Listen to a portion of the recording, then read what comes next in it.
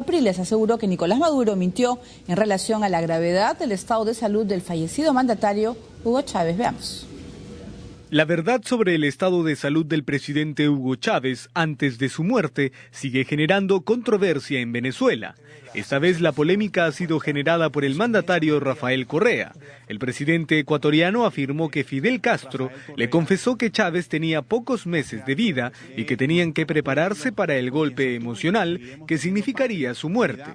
Correa viajó en diciembre pasado a Cuba, meses antes de que el líder bolivariano regresara a su país, donde finalmente falleció víctima del cáncer en marzo de este año.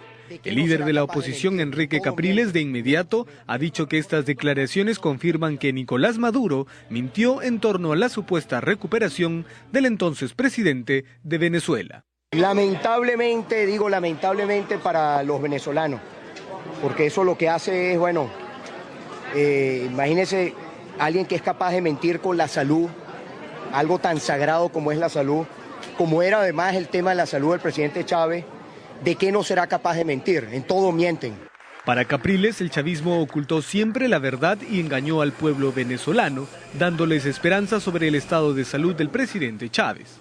Estos que están en el gobierno, que ayer se estaban dando golpes de pecho, celebrando el cumpleaños del presidente Chávez, mintieron durante semanas, salían en la televisión armados del mayor caradurismo a mentirle al pueblo venezolano sobre el primer mentiroso Maduro, que días antes de que muriera el presidente Chávez le había dicho a los venezolanos que se había sostenido una reunión de trabajo durante 5 horas. Mentiroso.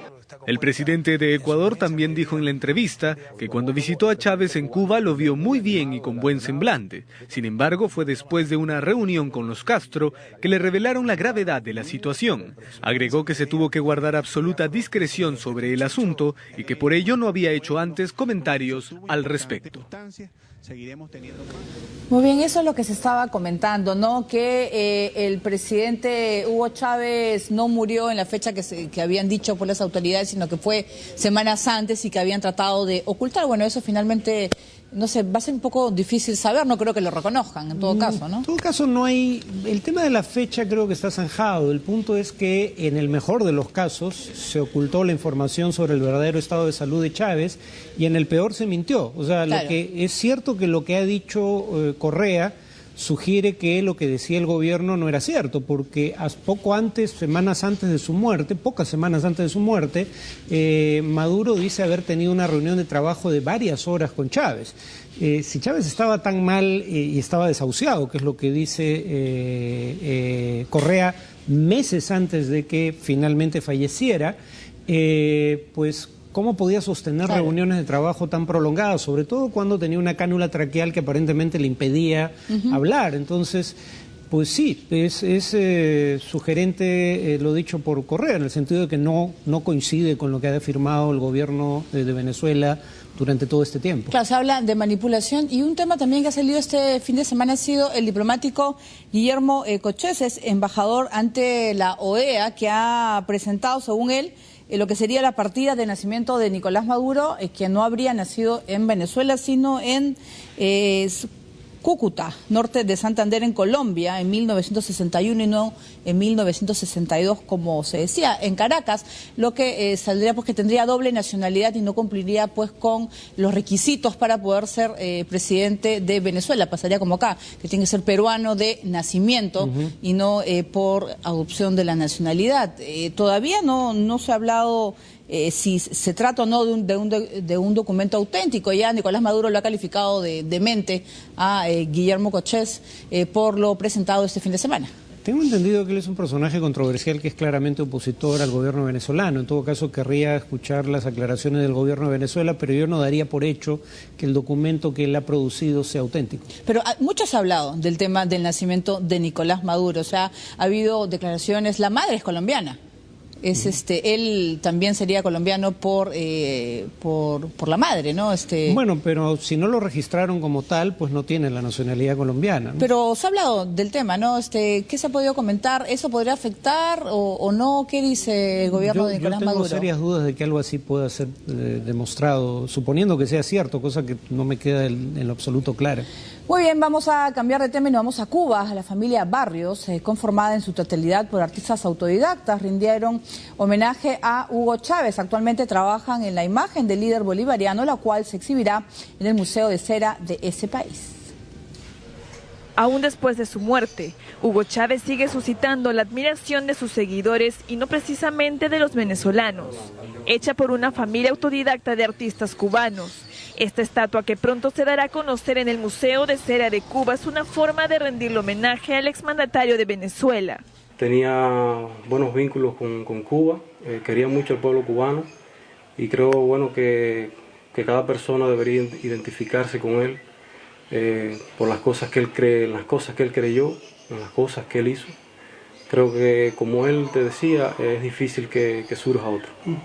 Los artistas han dicho que están en conversaciones con el gobierno de Venezuela con el fin de obtener un uniforme del ejército original, así como una boina roja usado por el mismo Chávez para vestir su réplica.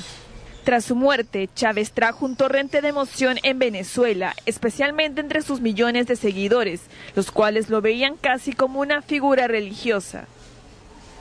Bien, ahora nos vamos a los Estados Unidos. La explosión en una planta de propano en Florida dejó 8 heridos que se encuentran en estado crítico. Las primeras investigaciones indican que las explosiones y el enorme incendio registrados anoche en una planta de gas propano en Florida, que dejaron al menos 8 heridos de gravedad, fueron por causas de un error humano o un fallo del equipo, mas no de un sabotaje como se especuló al inicio. Según las autoridades, el enorme fuego se inició en una de las latas de propano de la planta, hasta alcanzar grandes dimensiones, lo que obligó al equipo de 60 bomberos desplegados a esperar que las llamas redujeran su magnitud para no arriesgar sus vidas. El siniestro, que ha dejado 8 heridos, se produjo en la planta de gas propano del condado de Lake, en el centro de Florida, Estados Unidos. De repente escuchamos ruidos fuertes, miramos afuera y había fuego, así que salimos de la casa, empezamos a correr sin zapatos, no sabíamos qué hacer. Yo estaba echando la basura cuando escuché la explosión, luego caí de la impresión, mis oídos me dolían demasiado y luego vi a la gente correr. Las repetidas explosiones seguidas de enormes bolas de fuego obligaron a la evacuación de los residentes de la zona. Por fortuna, todos los empleados que trabajaban en ese momento fueron localizados y un total de 9 personas recibieron asistencia médica, algunos por inhalación de humo.